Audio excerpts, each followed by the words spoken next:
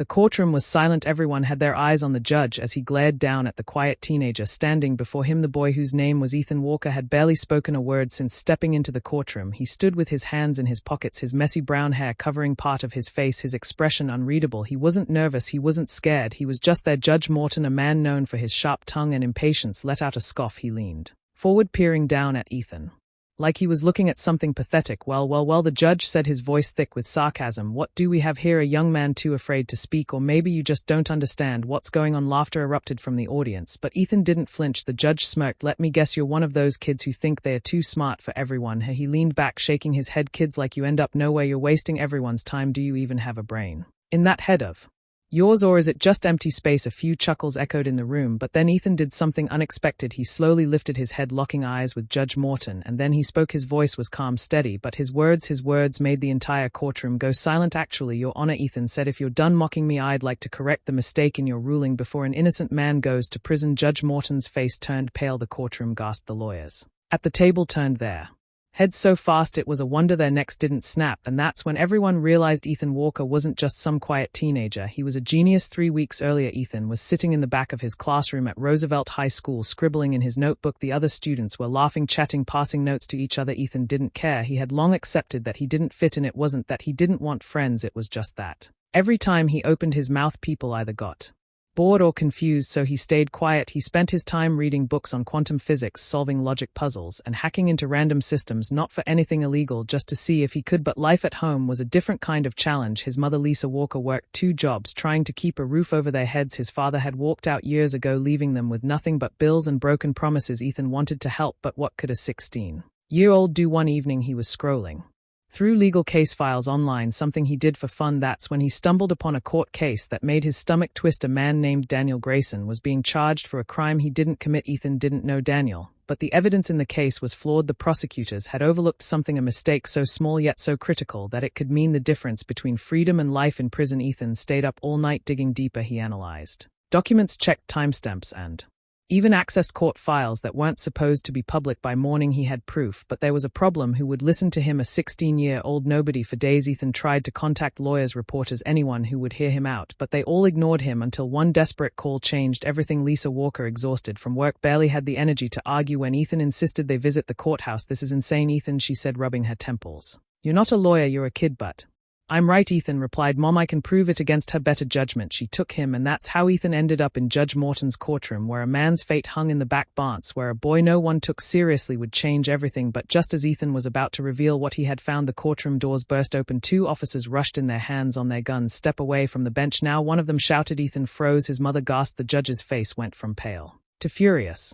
What is the meaning of this? One officer pointed at Ethan. This kid hacked into the court's database. We have reason to believe he's been accessing classified information illegally. Gasps rippled through the courtroom. Ethan's heart pounded. This wasn't supposed to happen. He wasn't the one who should be in trouble. He was trying to stop a mistake, not commit one. But now, instead of proving Daniel Grayson's innocence, Ethan Walker was about to be arrested. The cold steel of the handcuffs snapped around Ethan's wrists. His heart pounded, but he forced himself to stay calm. The courtroom erupted into chaos, his mother shouting, the audience murmuring, the judge slamming his gavel in frustration. Order in the court. Judge Morton barked, his face red with fury. He turned to the officers. What is the meaning of this? You're telling me this boy, this quiet, unremarkable teenager, hacked into government files? Yes, Your Honor, one of the officers confirmed. We received a security alert about an unauthorized breach in the system, traced it back to this kid's laptop. Lisa Walker was on her feet, her voice shaking. This is a mistake. My son isn't a criminal. He was just trying to help. Ethan, still eerily calm, turned to face the judge. Your Honor, if you'll just let me explain. Silence, the judge roared. He rubbed his temples, clearly trying to process everything. You're telling me you hacked into court records? Ethan took a deep breath. He had a choice: deny everything and hope they let him go,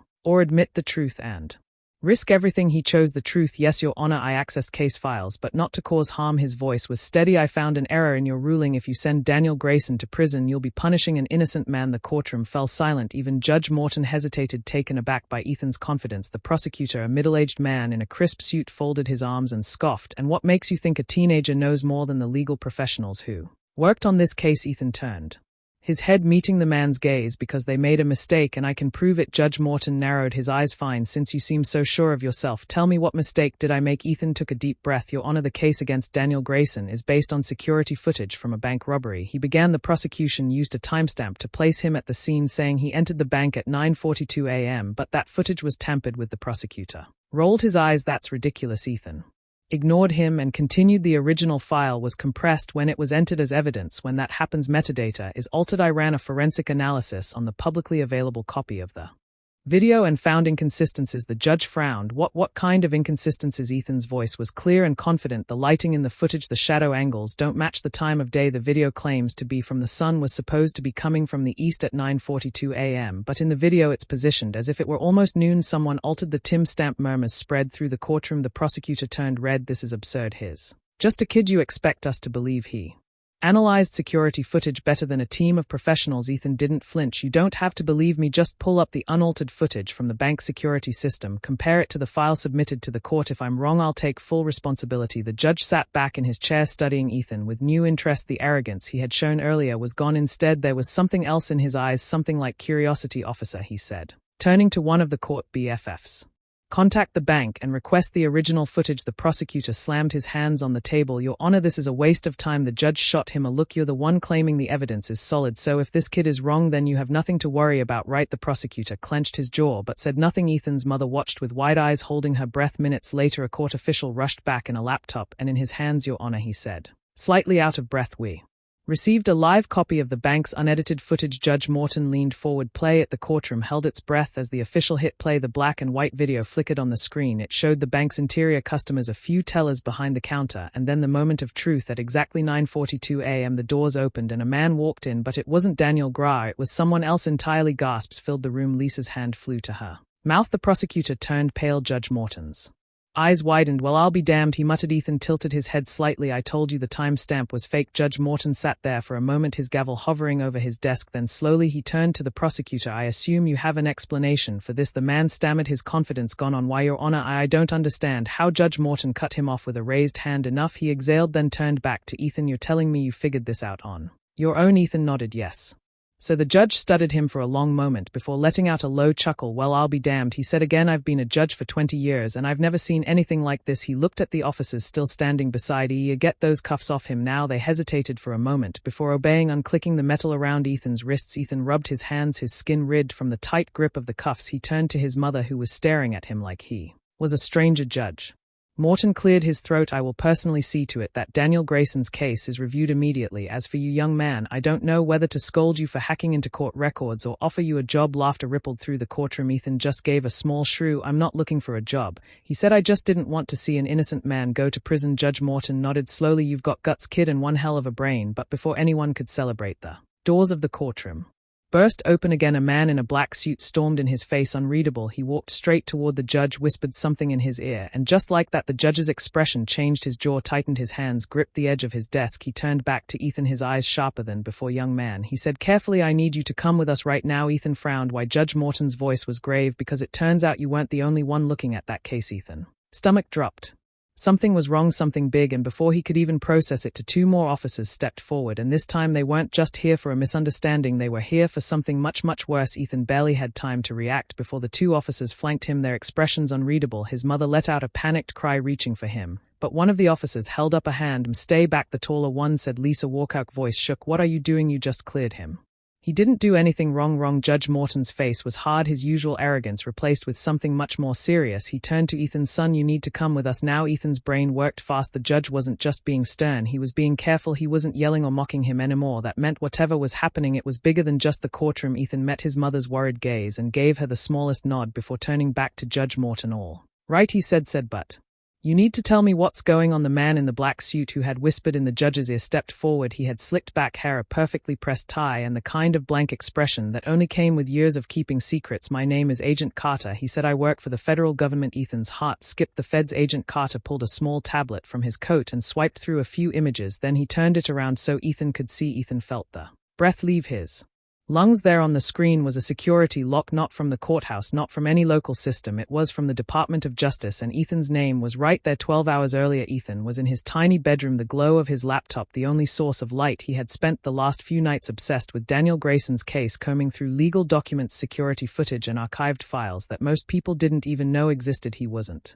trying to break the law, he was just looking for the truth, but when he hacked into the courthouse database, something strange happened. The file he was searching for, Grayson's original case records, had a security tag on it that wasn't normal. Court records weren't supposed to have that kind of restriction unless they were classified, and yet every time he tried to access it, the system flagged him. That's when he realized something was off. Someone didn't want this case reviewed, and whoever that was had the power to hide it. At the highest level.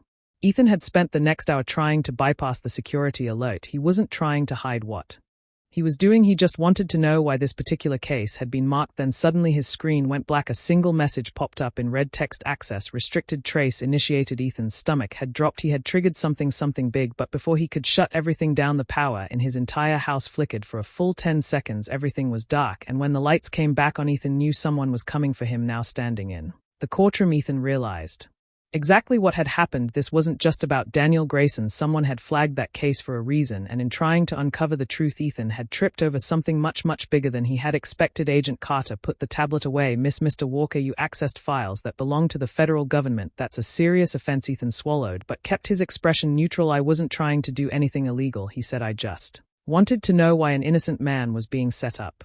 Agent Carter's lips pressed into a thin line. That's exactly what we need to talk about. Judge Morton stood rubbing his chin. Agent Carter, I assume this conversation isn't meant to happen here. Carter nodded. We need to move him to a secure location. Lisa Walker stepped in front of Ethan, her hands shaking. No, you are not taking my son anywhere. He's just a kid. Carter gave her a long look, then surprisingly his voice softened. I promise you he's not in trouble, but he's in danger, and if you want to keep him safe, he needs to come with us now. Lisa hesitated. Ethan could see the terror in her eyes. He reached out and squeezed her hand. Mom, he said gently, I'll be okay. She shook her head, her breathing shaky. I don't understand. Why is this happening? Ethan turned back to Carter. Yeah, why is this happening? Carter glanced around the room, then lowered his voice. Because kid, the case you just exposed, it wasn't just a mistake. Ethan's heart pounded. What do you mean? Carter's eyes were dead serious. I mean, someone wanted Daniel Grayson in prison, and if you found out the truth, that means you just got in the way of something dangerous. Silence, then bang. The sound of a gunshot echoed through the courthouse. Screams erupted. People dove for cover. Lisa pulled Ethan down as a second shot rang out. The courtroom doors flew open, and a man in a dark hoodie charged inside, his gun raised. Carter grabbed his radio. We have a breach. We need backup now. The man with the gun didn't hesitate.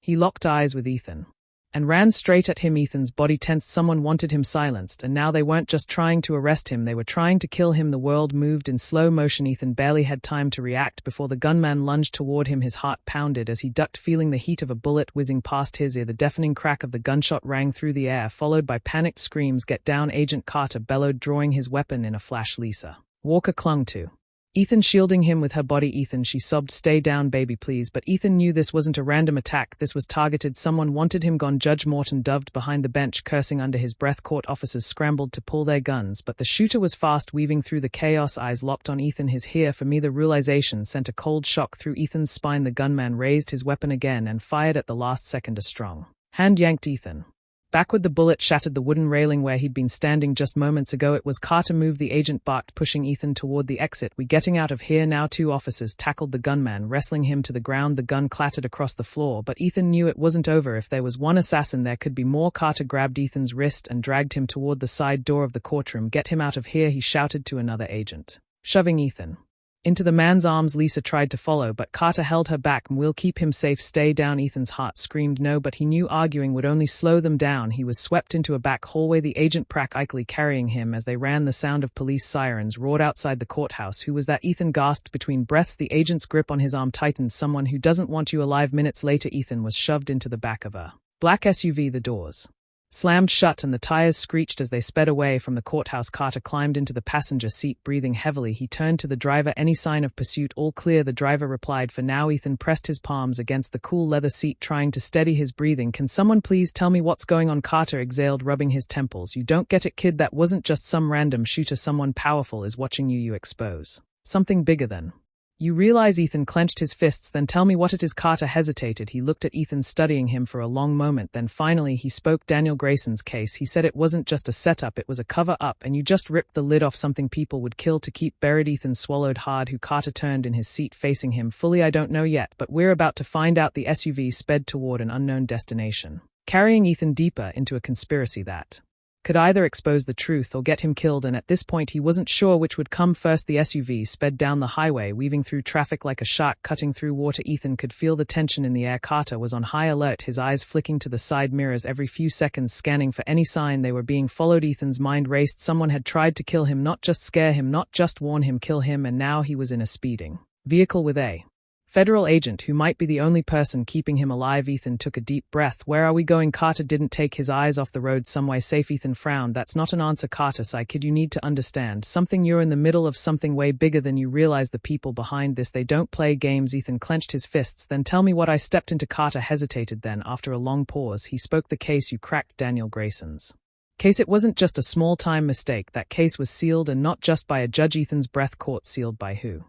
Carter's voice was grave. By someone in the government. A chill ran down Ethan's spine. That doesn't make sense, he said. Why would the government want to frame an innocent man? Carter shook his head. It's not about him, it's about what he saw. Ethan sat up straight. What do you mean? Carter looked at him. His jaw was tight, his expression unreadable. Daniel Grayson worked in finance. He wasn't just some random guy, he was an auditor, and 3 months ago he found something. A discrepancy in federal funds, millions of dollars missing. Ethan's pulse quickened. Someone was stealing money. Carter nodded. And they didn't want him to talk. Ethan's stomach turned. So they framed him, made him look like a criminal. Carter exhaled. Exactly. Ethan ran a hand through his hair. His mind was moving 1,000 miles a minute.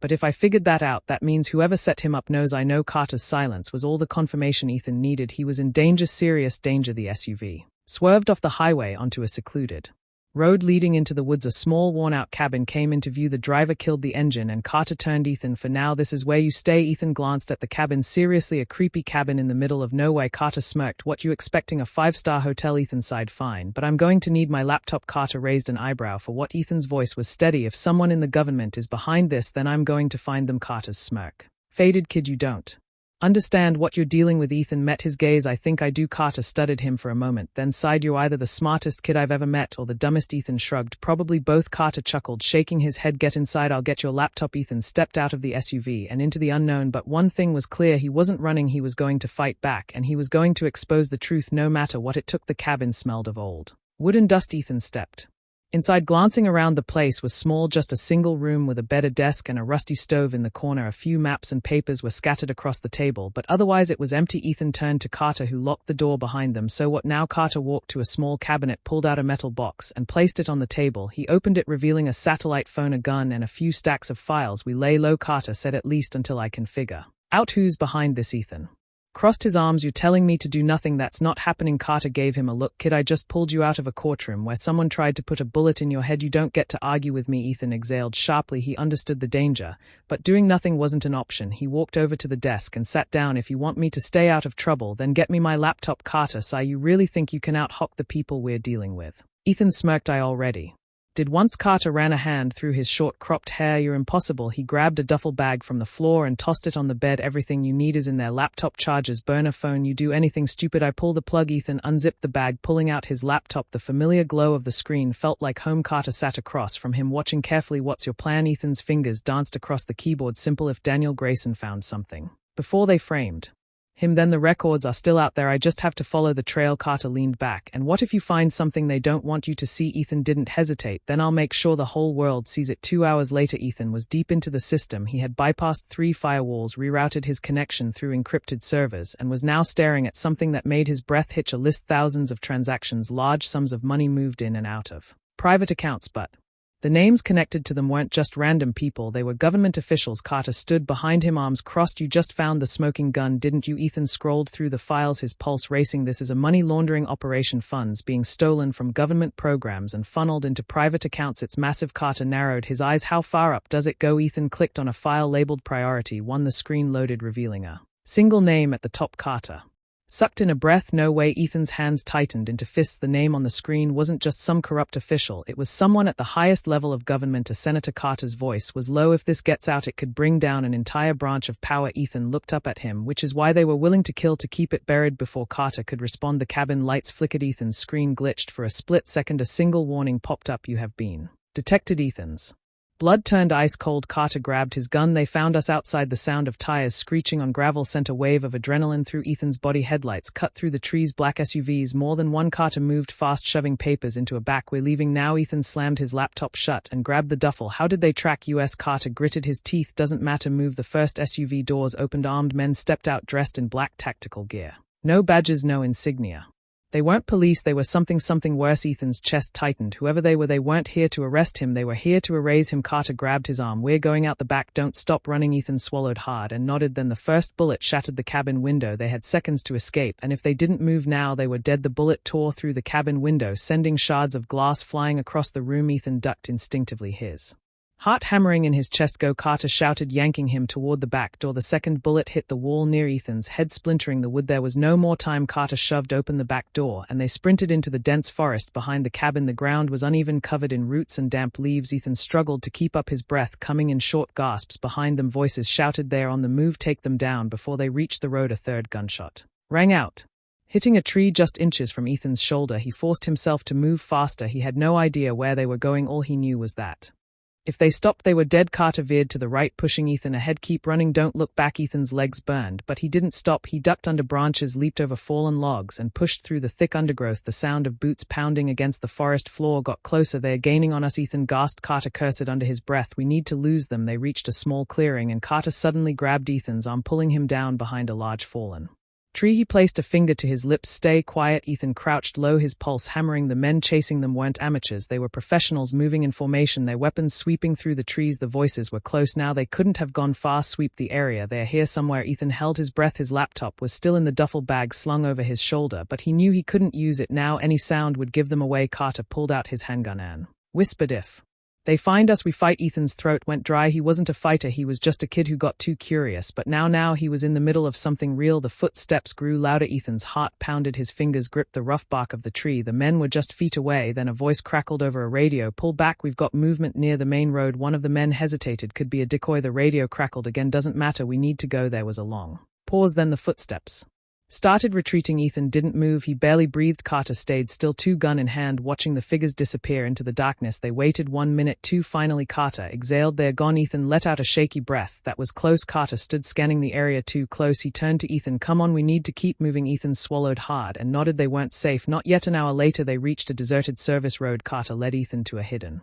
vehicle, a dark SUV parked under thick brush. Carter popped the trunk and pulled out a fresh set of clothes, tossing them to Ethan. "Put these on." Ethan looked down at himself. His hoodie was torn, his jeans covered in mud. He hadn't realized how much of a mess he was. He changed quickly, then climbed into the passenger seat. Carter slid behind the wheel and started the engine. Ethan turned to him. "Where are we going now?" Carter's grip on the steering will tighten. "Somewhere they won't find us." Ethan narrowed his eyes. "And then what?" Carter sighed. "Then we figure out who's behind this." Ethan's mind raced. They had seen the evidence. They knew a senator was involved, but that was just the tip of the iceberg. Who else was part of this? And more importantly, how far would they go to keep their secrets buried? The SUV rumbled down the road, disappearing into the night. Ethan knew one thing for sure: this wasn't over, not even close. The SUV sliced through the darkness, headlights illuminating the empty road ahead. Ethan sat in the passenger seat, his fingers gripping his laptop. He kept replaying everything in his mind: the attack at the courthouse, the discovery of the senator's name in the files, and the men who had just tried to kill them. His hands trembled slightly. He wasn't used to this. He wasn't a spy or a fugitive. He was just a kid who loved puzzles, who saw something he wasn't supposed to see. Carter noticed his shaking hands. "Breathe, kid," he said. "You freeze up, you die. Stay sharp." Ethan exhaled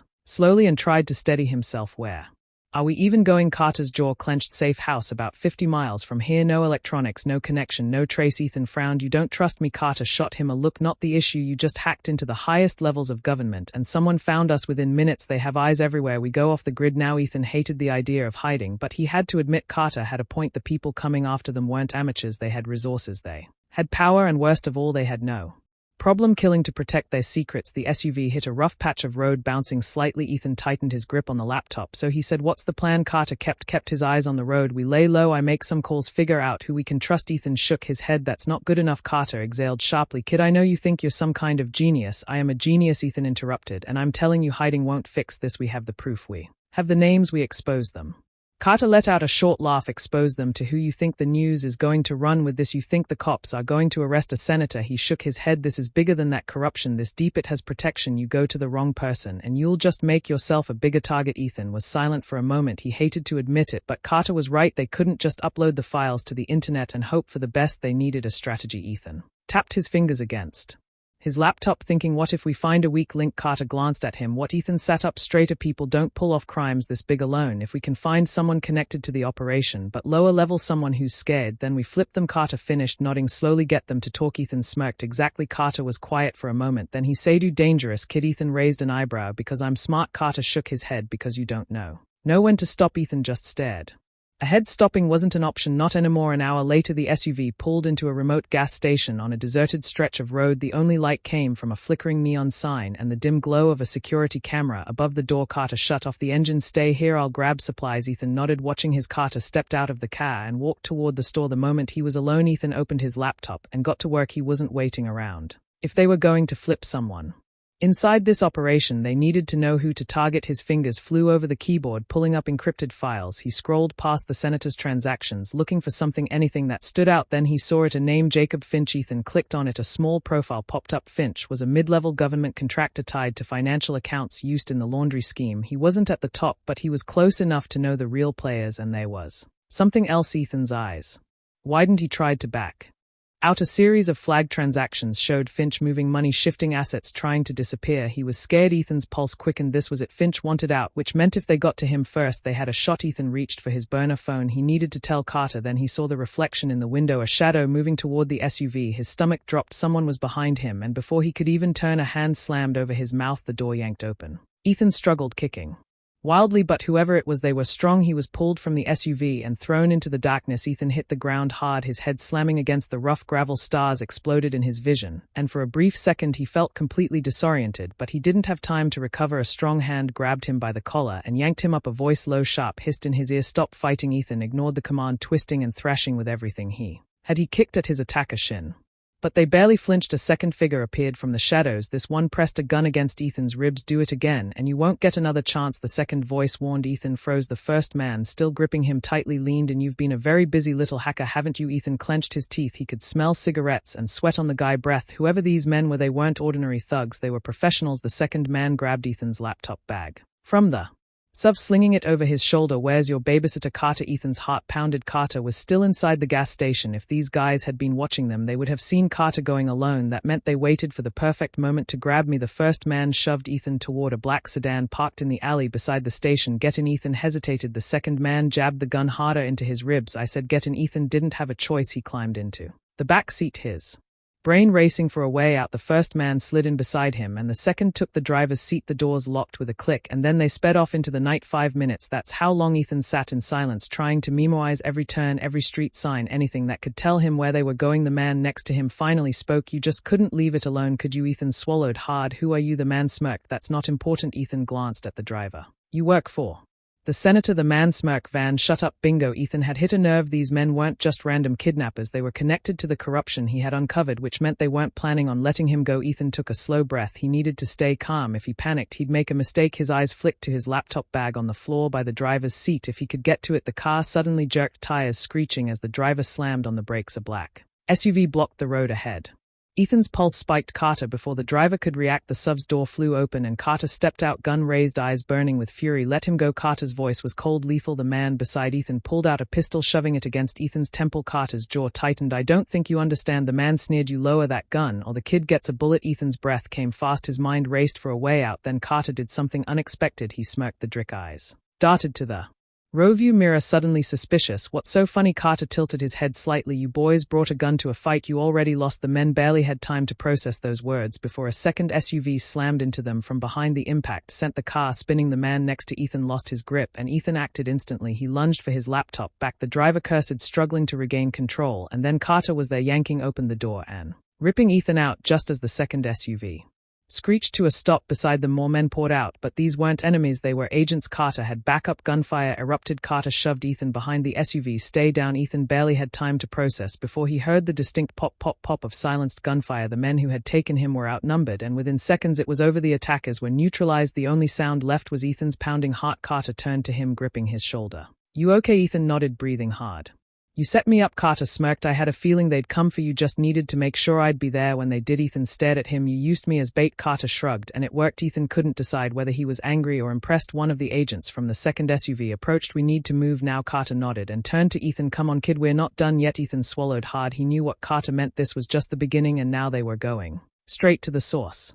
Straight to the senator. The black SUVs tore down the highway at full speed, weaving between cars as if the laws of the road didn't apply. Ethan sat in the back, his laptop balanced on his knees, fingers flying over the keyboard. They had the advantage now. They had the files, they had proof, and most importantly, they had names. But there was still one major problem. None of it mattered unless they could bring down the senator. Carter in the passenger seat was making rapid calls, his voice sharp. No, we don't go public yet. We need a direct approach. If we don't cut off the head, they'll bury this. Ethan swallowed hard. He understood what Carter meant. If they just leaked the information, the people behind the senator would shut it down, twist the story, or make it disappear. They needed to corner him. We need to get to him before he knows we have this, Ethan said. Carter nodded. Already working on it. The driver, a serious-looking agent with sharp eyes, spoke up. We got a problem. Carter stiffened. What the?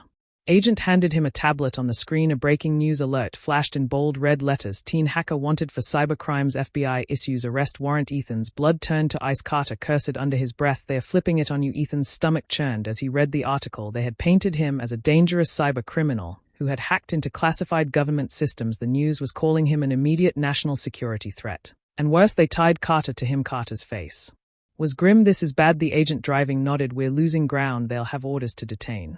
Didn't falter. You think a phone is going to stop me? Ethan smiled. Not just a phone. He tapped the screen, and suddenly every screen in the ballroom flickered to life. Projectors, TVs, smartphones, tablets, all of them. And on every single screen, the evidence play, documents, video clips, bank statements, leaked recordings, the truth in full color for every guest reporter and politician in the room to see. Gasps rippled through the ballroom. A man near the front of the room dropped his champagne glass. A reporter clutched her earpiece, already relaying the breaking news to her station. Ethan's voice was calm. This, he said, gesturing to the screens, is who you really are. The senator's face darkened for the first time. He looked rattled. Carter stepped beside Ethan. Looks like the whole country just saw what you've been hiding. The senator's jaw tightened. He turned to his security team. Arrest him. But no one moved because now the cameras were on him. The world was watching. Any wrong move would only confirm his guilt. Richardson's fists clenched, his breathing slow and controlled, then his lips curled into a chilling smile. He leaned slightly toward Ethan and whispered so only he could hear, you don't understand, kid. His voice was soft but deadly. Men like me, we don't go to prison. Ethan's eyes burned into him. You will. And then FBI agents swarmed the room. Voices shouted, Senator Richardson, you're under arrest. The senator barely reacted as the cuffs clicked around his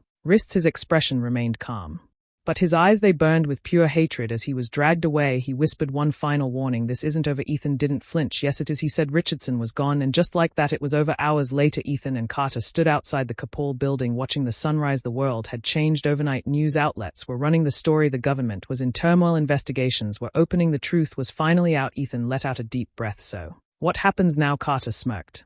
Now you go home. Ethan blinked. Just like that. Carter shrugged. You did your part. You took down one of the most powerful men in the country. He smiled slightly. Not bad for a kid. Ethan exhaled. Yeah, not bad. He turned to Carter. And you, what happens to you? Carter chuckled. Me, I'll be fine. I always am. Ethan nodded. He knew they'd probably never see each other again, but that was okay because now Ethan Walker was free from fear, free from running, free to finally be himself. As he walked away, the sun rising behind him, he knew one thing for sure. He wasn't just the quiet kid in the back of the class anymore. He was the kid who had changed everything, and that was just the beginning.